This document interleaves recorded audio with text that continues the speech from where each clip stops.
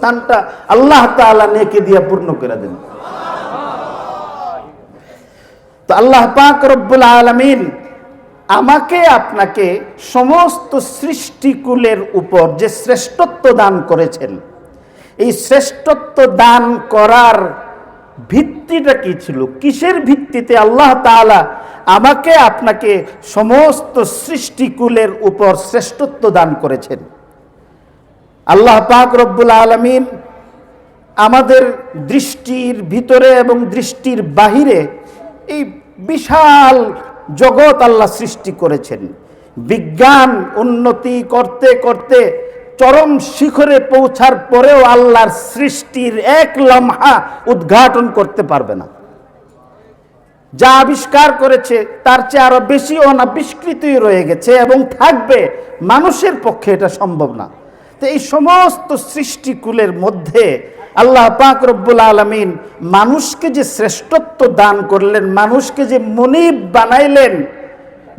বানাইলেন আর সমস্ত সৃষ্টিকুলকে মানুষের গোলাম, বিনা পয়সার চাকর, খাদেম বানাইলেন, এর ভিত্তিটা কি ছিল? এই কারণে যে মানুষের একটা দেহ আছে, একটা শরীর আছে, শরীরের কারণে কি আল্লাহ মানুষকে সমস্ত সৃষ্টিকুলের উপর শ্রেষ্ঠত্ব দিয়েছেন? যদি শরীরের কারণে শ্রেষ্ঠত্ব যদি দিতেন, তাহলে আল্লাহ তাআলার সৃষ্টিকুলের মধ্যে এমন বহু সৃষ্টি রয়ে গেছে যেগুলোর সঙ্গে মানুষের কোনো তুলনাই হয় না। এই বিশাল জমিন মানুষের, এটাও আল্লাহর সৃষ্টি। সারা পৃথিবী বিস্তৃত হয়ে আছে। এই বিশাল আকাশ আল্লাহ পাকের সৃষ্টি, বিনা খুঁটিতে আল্লাহ পাক দাঁড় করিয়ে রেখেছেন। তো যদি আকাশের বডি দেখা হয়, পরিমাপ করা হয়, তাহলে মানুষের বডির সঙ্গে এই আকাশের কোনো তুলনা হয় না। প্রাণীকুলের মধ্যে যদি আমরা দৃষ্টি দেই, তাহলে দেখব যে একটা মহিষ, একটা গরু মানুষের শরীরের চেয়ে আরো কত বেশি ওজন বহন করে। আরো যদি আমরা দেখতে চাই, একটা হাতির শরীর কত বিশাল আকৃতির। যদি মানুষের দেহ শারীরিক অবয়বের কারণে, এর ভিত্তিতে যদি আল্লাহ তাআলা সমস্ত সৃষ্টিকুলকে গোলাম বানাইতেন আর মানুষকে যদি আপনার আশরাফুল মখলুকাত বানাইতেন, তো শরীরের দিক থেকে মানুষের আগে একটা গরু, একটা মহিষ, একটা হাতি মানুষের আগে আশরাফুল মখলুকাত হয়ে যেত। একটা তিমি কি পরিমাণ হয়? একটা তিমির লেজের কাছে একটা হাতি রাখলে 4 আঙ্গুল জায়গাও একটা তিমির, নীল তিমির শেষ হয় না। তো তাহলে শরীরের আকৃতির ভিত্তিতে যদি মানুষকে আল্লাহ তাআলা আশরাফুল মখলুকাত বা সৃষ্টির সেরা জীব হিসাবে আল্লাহ মূল্যায়ন করতেন, তো মানুষের আগত একটা তিমি আশরাফুল মখলুকাতের দাবিদার হইত। আল্লাহ তো তিমিকে মানুষের উপর শ্রেষ্ঠত্ব দিয়ে আশরাফুল মখলুকাত ডিক্লার দেন নাই, মানুষকে আল্লাহ তাআলা আশরাফুল মখলুকাত ঘোষণা দিয়েছেন। তাহলে আল্লাহ তাআলা কিসের ভিত্তিতে মানুষকে আশরাফুল মখলুকাতের এই মর্যাদা দান করেছেন? দৃষ্টিশক্তির ভিত্তিতে। যদি দৃষ্টিশক্তির ভিত্তিতে মানুষকে আশরাফুল মখলুকাত বানানো হতো, তাহলে মানুষ ছাড়া সাধারণ একটা এক্সরে মেশিন যে আছে, এই মেশিনটাকে আল্লাহ তাআলা আগে আশরাফুল মখলুকাত বলে তাকে ডিক্লার দেওয়া দরকার লাগতো। কারণ খালি চোখে আমার শরীরের ভিতরের কোন হাড় ভাঙছে, কোনটা ফাটছে, একটা এক্সরে মেশিন বাই করতে পারে। খালি চোখে কিন্তু আমি এটা সেটা দেখি না। মানুষের দেখার জন্য অনেকগুলি শর্ত আছে। একটা শর্ত হলো অনেক বেশি আলো না হওয়া। আবার আরেকটি শর্ত হলো অন্ধকারের মধ্যেও না থাকা। অন্ধকারের মধ্যে না থাকা, আলোর মধ্যে না থাকা। তারপরে আবার শর্ত হলো যিনি দেখবেন তার দৃষ্টিশক্তি ভালো থাকা। সব আলোও ঠিক আছে পরিমাণ মতো, আধারও নাই, দেখবার সব কিছুই আছে, কিন্তু যিনি দেখবেন তিনি অন্ধ, তো দেখবেন না, দেখতে পাইবেন না। আবার যে জিনিসটা দেখবে এটা যদি অনেক দূরে হয় তাহলেও দেখে না। আবার বেশি কাছে আছে কপাল, কাছে থাকলেও দেখে না। তো তাহলে দেখার ক্ষেত্রে মানুষের অনেক রেস্ট্রিকশন আছে। অথচ হযরত সুলাইমান আলাইহিস সালাতু ওয়াস সালামের নাম শুনছেন? হযরত সুলাইমান আলাইহিস সালাতু ওয়াস সালামকে আল্লাহ তাআলা মানুষের উপর বাদশাহী করার ক্ষমতা দেওয়ার পাশাপাশি সমস্ত মখলুকাতের উপর দৃশ্য অদৃশ্য রাজত্ব করার সুপ্রিম পাওয়ার দান করেছিলেন। এবং তিনি সব সৃষ্টিকুলের ভাষা বুঝতেন, ভাষায় কথা বলতে পারতেন। হযরত সুলাইমান আলাইহিস সালাম, আল্লাহ পাক ওনাকে তখতে সুলাইমানি দিয়েছিল। এই তখতে সুলাইমান চালাইবার জন্যে পাইলটের দরকার পড়তো না। ওই তখতে সুলাইমানি চালাইবার জন্যে ডিজেল, পেট্রোল, অকটেন এই ধরনের বা সিএনজি, এলপিজি এই ধরনের কোনো জ্বালানি ব্যবহার করার দরকার পড়তো না। হযরত সুলাইমান আলাইহিস সালাতু ওয়াস সালামের নির্দেশে যতটুকুন উপরে উঠার, যত হাজার ফিট, এত হাজার ফিট উপরে উঠত। তিনি যত দ্রুত চলাচল করার হুকুম দিতেন, নির্দেশ দেওয়ার সাথে সাথেই ওই তখতে সুলাইমানি সেই গতিতে চলতে পারত। আবার যদি তিনি দৃঢ় লয়ে আস্তে আস্তে আয়েশি ভঙ্গিমায় সফর করার ইচ্ছা চাইতেন, নির্দেশ দিলে পাইলট ছাড়া ঠিক এভাবে ওই তখতে সুলাইমানি চলত। আল্লাহ পাক রব্বুল আলামিন তখতে সুলাইমানির এই বৈশিষ্ট্য দিয়েছিল। এর আরেকটা বৈশিষ্ট্য ছিল কি, যে শূন্যের যত উপরেই থাকুক না কেন, মাটির মধ্যে একটা পিপিলিকাও যদি পা রাখে তার আওয়াজটা পর্যন্ত এটা ক্যাচ করত। এত আস্তে, সুবহানাল্লাহ। মাটির মধ্যে একটা পিপিলিকার পায়ের নড়াচড়া পর্যন্ত এটা দৃষ্টিগোচর হতো এবং অনুভূত হতো, এবং পিঁপড়ারা কি বলতেছে তিনি শুনতেন, আওয়াজ পাইতেন। এবং এই সব কিছু এখন প্রজেক্টরের মাধ্যমে যেমন দেখেন, চোখের সামনে দেখা যায়, ঠিক এইভাবে হাজার হাজার ফিট, 40-50 হাজার ফিট উপরে ওঠার থেকে উপরে উঠেও হযরত সুলাইমান আলাইহিস সালাম এই তখতের মধ্যে থেকে সব কিছু দেখতে পাইতেন, শুনতে পাইতেন। হযরত সুলাইমান আলাইহিস সালাতু ওয়াস সালাম একদিন উপর দিয়ে যাইতেছেন।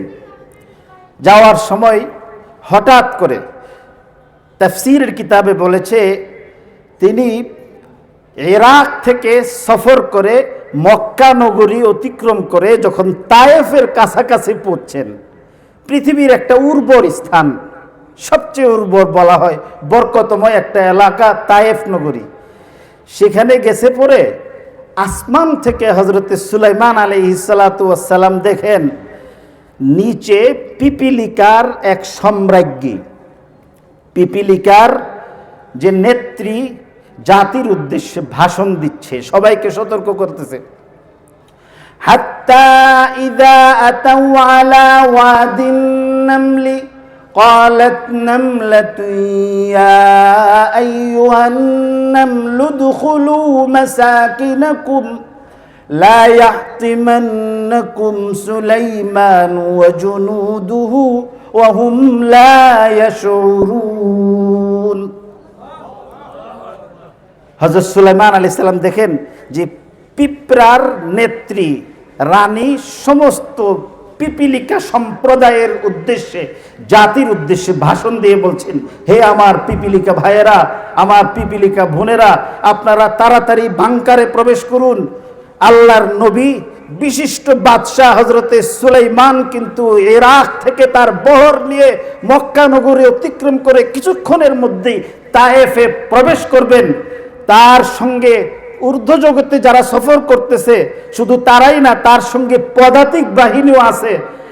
হযরত সুলাইমানের পদাতিক বাহিনী যখন আপনাদের এলাকায় প্রবেশ করবে আর আপনারা যদি বাংকারের উপরে হা করে তাকিয়ে থাকেন, তাহলে কিন্তু তাদের পদদলিত হয়ে আপনারা সকলেই প্রাণ বিসর্জন দিবেন, ছেলে মেয়ে আপনাদের সব এতিম হয়ে দেব।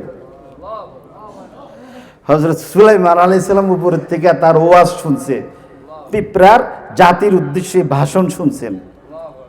তা আমি পিঁপড়ার ওয়াজের জন্য বলতেছি না, হযরত সুলাইমান আলাইহিস সালাম ওইখান থেকে নামছেন এবং নেমে পিঁপড়াটাকে হাতের উপর উঠাইলেন, বললেন যে তুমি কি ভাবো যে আল্লাহর নবী সুলাইমান একজন জালিম?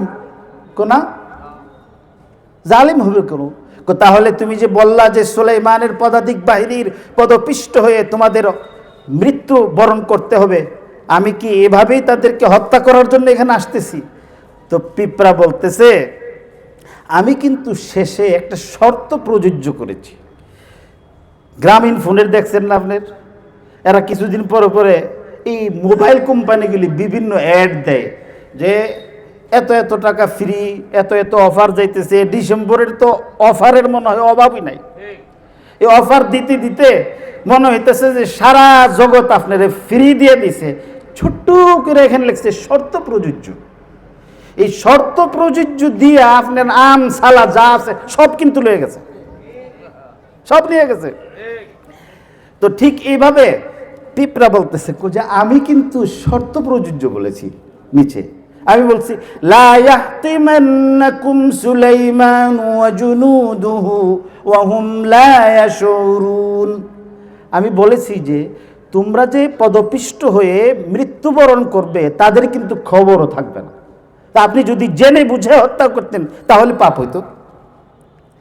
হযরত সুলাইমান আলাইহিস সালাতু ওয়াস সালামের যখন উজুর দরকার হইতো, তো পানির কোথায় আছে, মাটির কত ফুট নিচে পানি আছে না আছে, এটা তদন্ত করার জন্যে ওনার একজন বিজ্ঞানী ছিল। এই বিজ্ঞানীটা ছিল হুদহুদ পাখি। হুদহুদ পাখি আমাদের দেশের যে কাঠখোরালি পাখি আছে এটাকেই হুদহুদ বলা হয়। এই কাঠখোরালি পাখি খুব দেখতে অনেক সুন্দর। আল্লাহ পাক রব্বুল আলামিন তার চোখের মধ্যে এত পাওয়ার দিয়ে রাখছে যে মাটির উপর থেকে সে দৃষ্টি দিলে মাটির কত ফুট নিচে কি পরিমাণ পানি আছে এটা খোদাই না করে কোনো ধরনের যন্ত্রপাতির সহযোগিতা ছাড়া কুদরতিভাবে তার দৃষ্টি দিয়েই সে পানি উদ্ঘাটন করতে পারে। তো তাহলে আল্লাহ যে সমস্ত সৃষ্টিকুলের উপর মানুষকে যে শ্রেষ্ঠত্ব দিয়েছেন, দৃষ্টিশক্তির ভিত্তিতে যদি মানুষকে আল্লাহ শ্রেষ্ঠত্ব দিতেন তাহলে এই শ্রেষ্ঠত্বের উপাধি লাভ করার যোগ্যতা মানুষের চেয়ে আল্লাহ হুদহুদ পাখি কাঠখোরালিকে বেশি দিয়েছেন। মানুষের আগে এরা আশরাফুল মাখলুকাত হয়ে যেত। কারণ মানুষ মাটির উপর থেকে দৃষ্টি দিয়ে কত ফুট নিচে পানি আছে খালি চোখে সে দেখতে পায় না। তাহলে আল্লাহ পাক রব্বুল আলামিন মানুষকে কিসের ভিত্তিতে আশরাফুল মখলুকাত বানিয়েছেন? আশরাফুল মখলুকাত কি দৈহিক শক্তির ভিত্তিতে বানাইছেন? দৈহিক শক্তিতে মানুষকে যদি আশরাফুল মখলুকাত বানাইতেন তো তাহলে একটা হাতি, একটা সিংহ, একটা বাঘ, এই ধরনের জঙ্গলের অনেক প্রাণী আছে যেই প্রাণীগুলির শরীরের মধ্যে আল্লাহ মানুষের দৈহিক শক্তির চেয়ে আরো অনেক বেশি শক্তি দিয়ে রাখছে। একটা ঘোড়া লাগাতার চলতে পারে, সে কখনো ঘুমাইবার জন্য বিশ্রাম নেওয়ার জন্য মাটিতে শুইতে হয় না। ঘোড়া যখন মাটিতে শুয়ে যায় তখন তার মৃত্যু চলে আসে। তো আল্লাহ তো এনার্জি, এই শক্তি তো মানুষের চেয়ে দৈহিক শক্তি অন্যান্য সৃষ্টির মধ্যে আল্লাহ বেশি দিয়ে রাখছেন। তো যদি দৈহিক শক্তির ভিত্তিতে মানুষকে যদি আল্লাহ আশরাফুল মখলুকাত বানাইতেন তো জঙ্গলের বহু প্রাণী আছে সেগুলো মানুষের আগে আশরাফুল মখলুকাত হয়ে যেত। তাহলে আল্লাহ পাক রব্বুল আলামিন মানুষকে কি গ্রাণ শক্তির ভিত্তিতে আশরাফুল মখলুকাত বানাইছেন? না, মানুষকে যদি গ্রাণের ভিত্তিতে যদি আশরাফুল মখলুকাত বানাইতো তাহলে এই শক্তিটা আল্লাহ মানুষের চেয়ে বেশি পিঁপড়ার মধ্যে দিয়ে রাখছেন।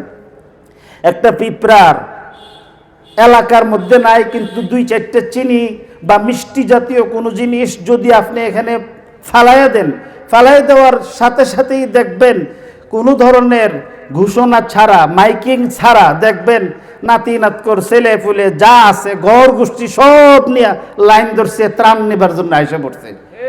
এবং শুধু আসেই না, একটার পরে একটা আবার এরা কার্যক্রম আরম্ভ করছে, নেওয়া শুরু করছে। তো মানুষ তো এই মিষ্টান্নের গন্ধ কাছে আনার পরেও অনেকে পায় না। পিঁপড়া তো তার নাকের মধ্যে সে গন্ধ পৌঁছাইবার আগেই, মানুষের আগে সে এই ঘ্রাণ নিতে পারছে। তো ঘ্রাণ শক্তির ভিত্তিতে যদি আল্লাহ মানুষকে আশরাফুল মখলুকাত বানাইতেন, তাহলে মানুষের আগে ছোট্ট আল্লাহর সৃষ্টি পিঁপড়া আশরাফুল মখলুকাত হয়ে যাইত। তাহলে আল্লাহ পাক রব্বুল আলামিন কিসের ভিত্তিতে মানুষকে আশরাফুল মখলুকাত বানাইছেন? বুজুর্গান দ্বীন বলেন যে মানুষ একটা প্রাণী। আল্লাহর সৃষ্টির মধ্যে যত প্রাণী আছে, সমস্ত সৃষ্টির মধ্যে প্রাণী হিসেবে মানুষ যেমন খায়, অন্য প্রাণীরাও খায়। মানুষ যেমন ঘুমায়, অন্য প্রাণীরাও ঘুমায়। মানুষ যেমন বিশ্রাম নেয়, অন্য প্রাণীরাও বিশ্রাম নেয়। মানুষ যেমন চলাচল করে, অন্যান্য প্রাণীগুলো চলাচল করে। এইভাবে সমস্ত বৈশিষ্ট্যের দিক থেকে মূল্যায়ন করলে, বিচার করলে দেখা যায় আলাদা আলাদাভাবে এক একটা বিষয়ে মানুষের যত বৈশিষ্ট্য আছে, এই সবগুলো বৈশিষ্ট্য মানুষকে আল্লাহ তাআলা যা দিছেন, অন্য সৃষ্টির মধ্যে আল্লাহর চেয়ে বেশি দিয়ে রাখছেন। তো তাহলে মানুষ তো আশরাফুল মখলুকাত না হয়ে এরা হওয়ার কথা ছিল। তাহলে কোন যোগ্যতার বলে আল্লাহ তাআলা মানুষকে আশরাফুল মখলুকাতের এই মর্যাদা দিলেন? মানুষকে আল্লাহ তাআলা আশরাফুল মখলুকাতের মর্যাদা দিয়েছেন মনুষ্যত্বের ভিত্তিতে। মনুষ্যত্ব ছাড়া আর যত বৈশিষ্ট্য আছে, এই সব বৈশিষ্ট্য মানুষের যা আছে অন্যান্য সৃষ্টির আছে। মানুষের যা আছে শুধু অন্যান্য সৃষ্টির মধ্যে তা আছে যে শুধু তা না, বরং মানুষের চেয়ে আরো বেশি আছে।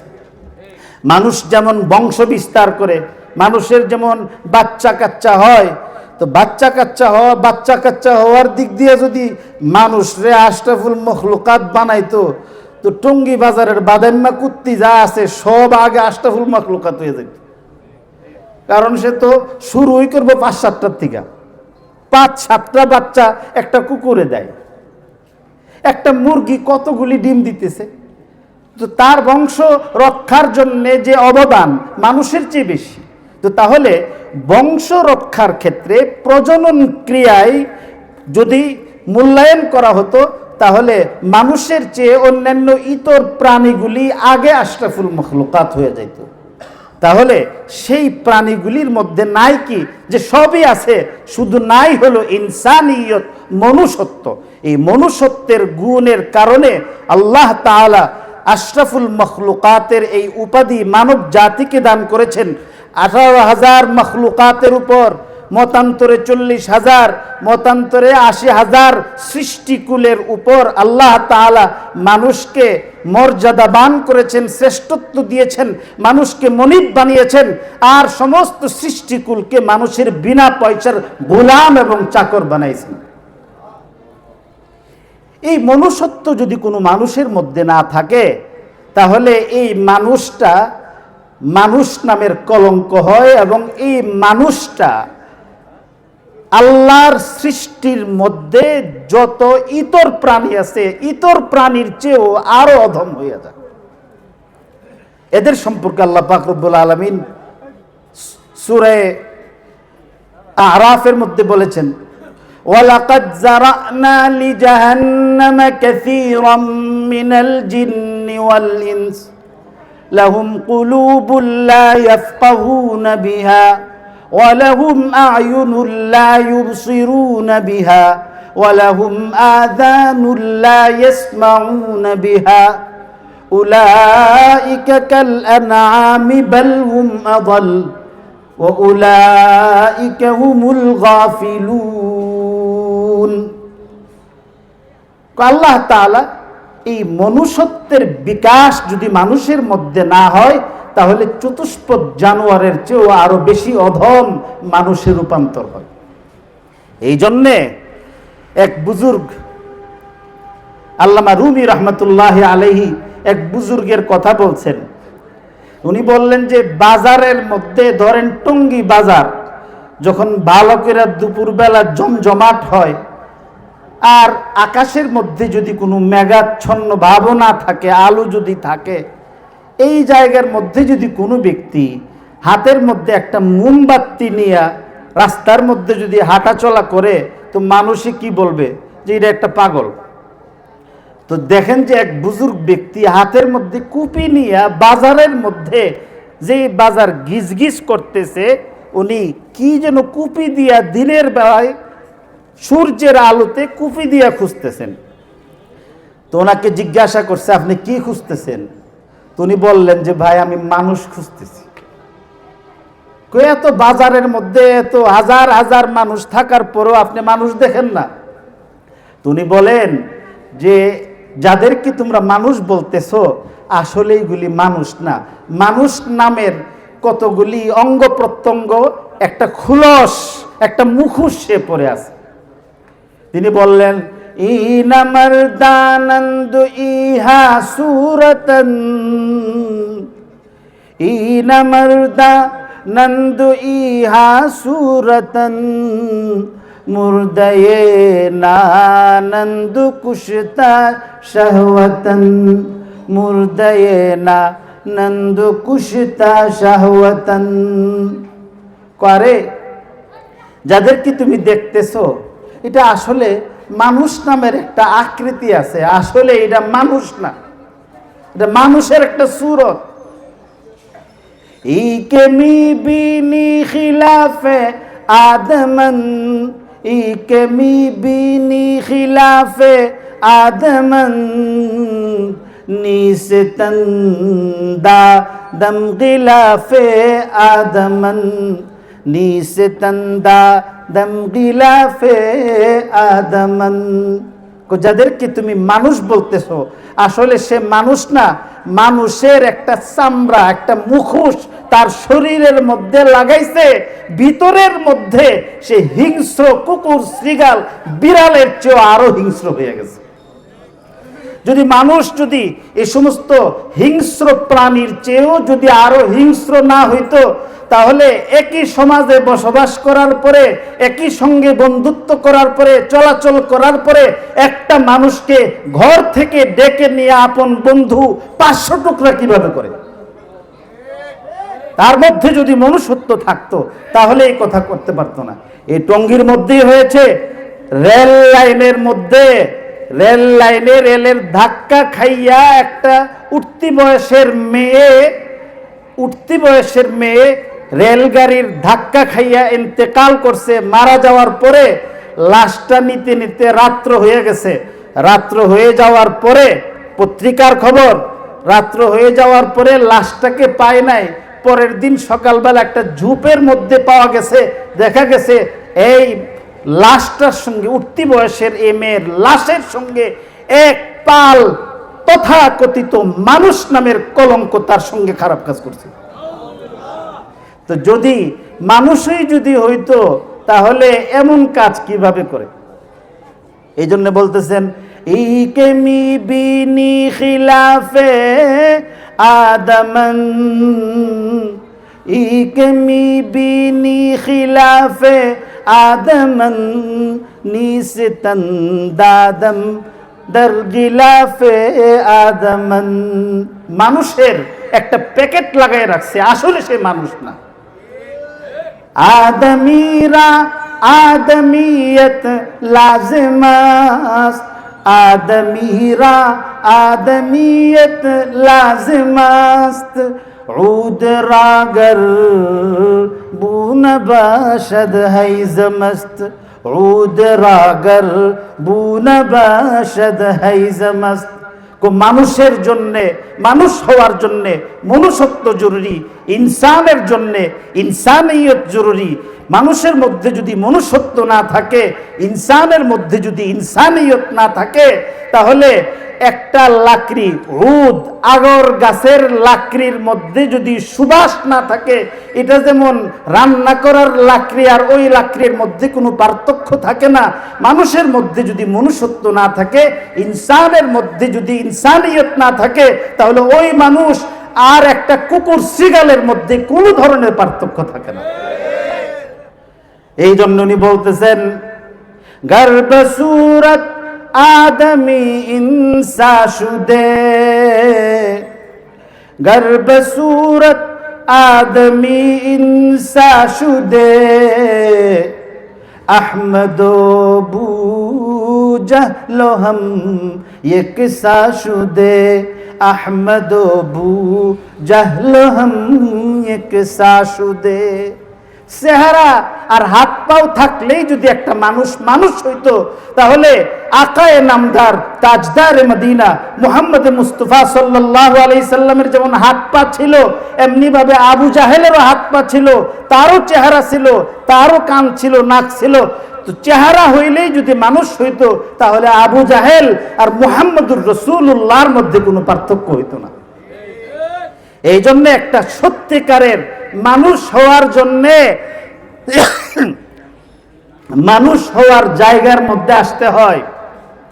এই মানুষ হওয়ার জায়গা হইল এই মাদ্রাসাগুলি, মানুষ হওয়ার জায়গা হইল এই মাদ্রাসাগুলি।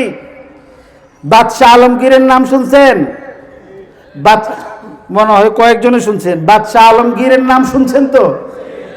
বাদশাহ আলমগীর রহমতুল্লাহ আলাইহিকে ফকির বাদশাহ বলা হতো। আওরঙ্গজেব উনি অনেক বড় আলেম ছিলেন। দারুল উলুম দেওবন্দের কুতুবখানার মধ্যে ওনার হাতের লেখা এখনো কিতাব আছে, কোরআন শরীফ আছে, এত সুন্দর যে পৃথিবীর ছাপাখানাগুলো এত সুন্দর করে লিখতে পারবে না। তো বাদশাহ আলমগীর রহমতুল্লাহ আলাইহি উলামা ইকরামের খেদমত করতেন। তো ওনার আম্মা একদিন প্রশ্ন করছেন যে বাবা, এই মোল্লা মুন্সিগুলির এত ইজ্জত করো, তার কারণটা কি? এদের পেছনে তুমি এত সময় ব্যয় করো, এদের দেখভাল করো, তোমার কি আর কোনো কাজ নাই? এদেরকে এত মূল্যায়ন করার কারণ কি? তো বাদশাহ আলমগীর রহমতুল্লাহ আলাইহি উনি সঙ্গে সঙ্গে তার মায়ের প্রশ্নের জবাব না দিয়ে বলছেন যে আম্মা, আপনার এই প্রশ্নের জবাব আমি শুনেছি, সময় মতো আমি আপনাকে এই প্রশ্নের জবাব দিব। তো কিছুদিন পরে ওনাদের যে গৃহপালিত যে সমস্ত গরু ছাগল ছিল, আল্লাহ আগেই বলা হয়েছে, আমি যে আয়াত তেলাওয়াত করছি যে খাওয়া দাওয়ার ক্ষেত্রে, প্রজননের ক্ষেত্রে, জীবন যাপনের ক্ষেত্রে মানুষের জন্য কানুন আছে, গরু ছাগলের কোনো কানুন আছে না? গরু ছাগলের কোনো কানুন নাই। তো হঠাৎ করে একদিন বাদশাহ আলমগীর তার আম্মাকে ডাক দিলেন যে আম্মা, আম্মা তাড়াতাড়ি এদিকে আসেন, তাড়াতাড়ি এদিকে আসেন। তো মা যখন আসছে, তো আসার পরে তিনি দেখাইলেন যে গাভীর যখন বাচ্চা নেওয়ার সময় হয় তখন একটা সার দিয়ে প্রজনন করাইতে হয়। তো দেখলেন কি যে ওই গাভীটাকে সামনে নিয়ে ওই গাভীর বাচ্চা যেটা হৃষ্টপুষ্ট হয়েছে এমন একটা সার দিয়ে এটার বাচ্চা নেওয়ার প্রজনন ক্রিয়া করাইতেছে। তো বাদশাহ আলমগীর রহমতুল্লাহ আলী তার মা রে বললেন যে আম্মা দেখুন, এই অবস্থাটা দেখুন।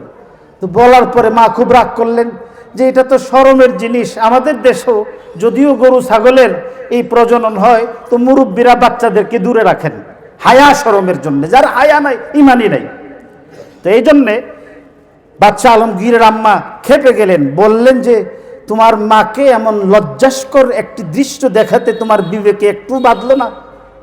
লেখাপড়া করিয়েছি তোমাকে, তুমি আলেম মানুষ, বাদশাহ, তুমি এমন একটা দৃষ্টিকটু দৃশ্য তোমার আম্মাকে প্রত্যক্ষ করাতে দেখাতে তোমার বিবেকে একটু বাঁধলো না? বললেন যে ইন্নাল্লাহা লা ইয়াস্তাহি আনিল হক, যে আম্মা, সত্য প্রকাশ করতে আল্লাহ কুণ্ঠাবোধ করেন না। আপনি আমাকে প্রশ্ন করেছিলেন যে এই যে 3 পয়সার মৌলানা, মোল্লা মুন্সি, কারি সাহেব, হাফেজ সাহেব, আলেম সাহেব, মুফতি সাহেব, ইমাম সাহেব, মুয়াজ্জিন সাহেব, খাদেম সাহেব, এদেরকে আমি কেন এত ইজ্জত করি, এদেরকে আমি কেন এত সম্মান দেই? আমি আপনার সেই দিনের প্রশ্নের জবাব এখানে আছে, এই জন্য আমি আপনাকে দেখতে বলেছি। তো বললেন যে বলো। বললেন যে মা, এই গাভীটার পেট থেকেই কিন্তু এই সারটা বেরিয়েছে এবং আজকে কিন্তু এই সারটা তার মায়ের উপরে চড়াও হয়েছে, তার এখানে কোনো আইন কানুন নাই। এই কোরআন হাদিসের আলেমদেরকে যদি আপনার ছেলে আলমগীর মূল্যায়ন না করে তো মানুষের অবস্থা এর চেয়েও আরো খারাপ হবে, মানুষের অবস্থা এর চেয়েও আর খারাপ হবে। তো এই জন্যে বাদশাহ আলমগীর রহমতুল্লাহ আলাইহি এই কথা বলে তার প্রশ্নের জবাব দিচ্ছেন। এই যে মাদ্রাসাগুলি আজকে আমাদের আছে, কিছুদিন আগেও ভূমিকম্প হয়ে গেছে। আমি আরেকদিন বলেছি যে বাংলাদেশে 6.7-এর কাছাকাছি আপনার মাত্রার ভূমিকম্প হয়েছিল। বাংলাদেশে তেমন কোনো ক্ষতি হয় নাই। ঠিক এই মাত্রার ভূমিকম্প তুরস্ক হয়েছে, পুরাটা রাষ্ট্র মেসাকার হয়ে গেছে। আর বাংলাদেশে যেই সময়ে এই ভূমিকম্প হয়েছিল ভোর রাতে, যদি তুরস্কের অবস্থা হতো তো লক্ষ লক্ষ বনি আদমের এখানে মৃত্যু হতো, তাদের লাশ খুঁজে পাওয়া যেত না। এরপরে ঘুমন্ত অবস্থায় বিল্ডিং এর নিচে মাটি চাপা পড়ে মানুষের মৃত্যু হতো। সেই সময়ে এত বড় ভয়ঙ্কর ভূমিকম্প হওয়ার পরেও আল্লাহ তাআলা হেফাজত করছে। কেন? যে এই মাদ্রাসাগুলির মধ্যে ছোট্ট ছোট্ট মাসুম বেগুনাহ বাচ্চারা শেষ রাত্রে উঠে মিসওয়াক করে, তাহাজ্জুদের নামাজ পড়ে, কোরআন শরীফ পড়ে আল্লাহর কাছে কাঁদতে শুরু করে। এই ছেলেদেরকে নিয়ে আমাদের দেশের মধ্যে বিশেষ করে এই সরকার আসার পরে আমাদের দেশের মধ্যে কওমি মাদ্রাসা নিয়ে কিছু মানুষের বিখাউজ হয়ে গেছে। এরা এখানের মধ্যে বলাৎকারের ঘটনা দেখে, বলাৎকার মাদ্রাসা, বলাৎকারী মাদ্রাসা। কওমি মাদ্রাসায় ছাত্র দেওয়ার আগে অভিভাবকদেরকে সন্ত্রস্ত করতেছে এবং প্রোপাগান্ডা করে এই মাদ্রাসাগুলির পথ বন্ধ করতে চাইতেছে। সেই সব কুলাঙ্গারকে আমি অধম বলতেছি, তোরা যত মাদ্রাসা বন্ধ করার চেষ্টা করবি, আল্লাহ তাআলা প্রত্যেক গলিতে গলিতে, বিল্ডিংয়ে বিল্ডিংয়ে, ঘরে ঘরে আল্লাহ মাদ্রাসা বানিয়ে দিবেন। এটা কেন করতেছে? কারণ ইংরেজ বেনিয়ারা এই দেশে যখন আসছিল 200 বছর এই ভারতবাসীকে গোলাম বানিয়ে রাখার পেছনে সর্বপ্রথম তাদের ষড়যন্ত্র ছিল মাদ্রাসাগুলিকে বন্ধ করে ফেলা। যেই দিল্লির মধ্যে 36,000 উলামায়ে কেরাম ছিল, সেই দিল্লির মধ্যে মিরাসের মাসআলা বলার মতো সাধারণ আলেম খুঁজে পাওয়া যেত না। রাস্তায় রাস্তায়, গাছে গাছে, এমনকি বাংলাদেশের ঢাকার ভিক্টোরিয়া পার্কের এই গাছের মধ্যে অন্তত 50 জন আলেমকে ঝুলাইয়া এরা এভাবে ফাঁসি দিয়ে লটকিয়ে রেখেছিল আতঙ্ক সৃষ্টি করার জন্য। আমি বলতে চাই, যারা মাদ্রাসার অ্যালার্জি বিখাউজ নিয়ে আজকে কাজ করতেছে, এরা সেই আমাদের ভারতবর্ষ থেকে ভারতবর্ষের মুসলমান উলামায়ে কেরামের আক্রমণের ফলশ্রুতিতে এই ভারতবর্ষ থেকে পালিয়ে বেরিয়ে যাওয়া ইংরেজ বেনিয়াদের সেই সমস্ত দালাল। এই দালালদের কাছ থেকে আমাদের সতর্ক থাকতে হবে এবং এই মাদ্রাসাগুলির সঙ্গে, উলামায়ে কেরামের সঙ্গে আমাদের জুড়ে থাকতে হবে। না সাদের লগে উলামায়ে কেরামের সঙ্গে থাকবেন, না তথাকথিত সন্ত্রাসীদের সাথে? যারা ইজতেমা আসলে এদের মধ্যে যদি মনুষ্যত্ববোধ থাকতো, তাহলে ইজতেমার ময়দানের মধ্যে যে সমস্ত মাসুম বেগুনাহ বাচ্চারা কোরআন শরীফ তেলাওয়াত করতেছিল, দিন প্রচারের নামে এই সমস্ত মাসুম বেগুনাহ বাচ্চাদেরকে টঙ্গীর মতো, এই ময়দানের মতো পবিত্র স্থানে জবাই করে হত্যা করতে পারতো না। এদের ব্যাপারেও সতর্ক থাকতে হবে, কারণ এরা আমাকে আপনাকে আলেমদের কাছ থেকে সরাইয়া সন্ত্রাসীদের জমাতে শামিল করতে চায়। এদের তবলিগ করে কেডা? এফডিসির নায়করা। এদের বয়ান করার জন্য খুব হেদায়েতের কাজ হইছে, এটা প্রচার করবার জন্য আসে তথাকথিত ফিল্ম ইন্ডাস্ট্রির বদমাইশেরা। এই সমস্ত বদমাইশের সঙ্গে আমাদের ইলিয়াস রহমতুল্লাহ আলাইহির তবলিগের কোনো সম্পর্ক নাই, আমাদেরও কোনো সম্পর্ক নাই, আপনাদেরও কোনো সম্পর্ক নাই। আল্লাহ তাআলা এই সমস্ত খারাপ লোকদের ষড়যন্ত্র থেকে, মাদ্রাসার বিরুদ্ধে যারা ষড়যন্ত্র করতেছেন তাদের ষড়যন্ত্র থেকে, মসজিদের বিরুদ্ধে যারা ষড়যন্ত্র করতেছেন তাদের ষড়যন্ত্র থেকে, উলামায়ে কেরামের বিরুদ্ধে যারা ষড়যন্ত্র করতেছেন, এমন সকল ষড়যন্ত্র থেকে আল্লাহ তাআলা আমাদের সবাইকে হেফাজত করুক। যে কথাগুলি বলছি, ভালো মানুষ হওয়ার জন্যে, ইনসানিয়ত পয়দা করার জন্যে মাদ্রাসার সঙ্গে থাকতে হবে, আলেমদের সঙ্গে থাকতে হবে। আলেমওয়ালা ওলামা একরামের তবলিগের সঙ্গে থাকতে হবে, বুজুর্গানে দ্বীনের সঙ্গে থাকতে হবে, সুফিয়া একরামের সঙ্গে থাকতে হবে। আল্লাহ তাআলা আমাকেও তৌফিক দান করুন, আপনাদেরকেও তৌফিক দান করুন। ওয়া আখিরু দাওয়ানা আলহামদুলিল্লাহি রাব্বিল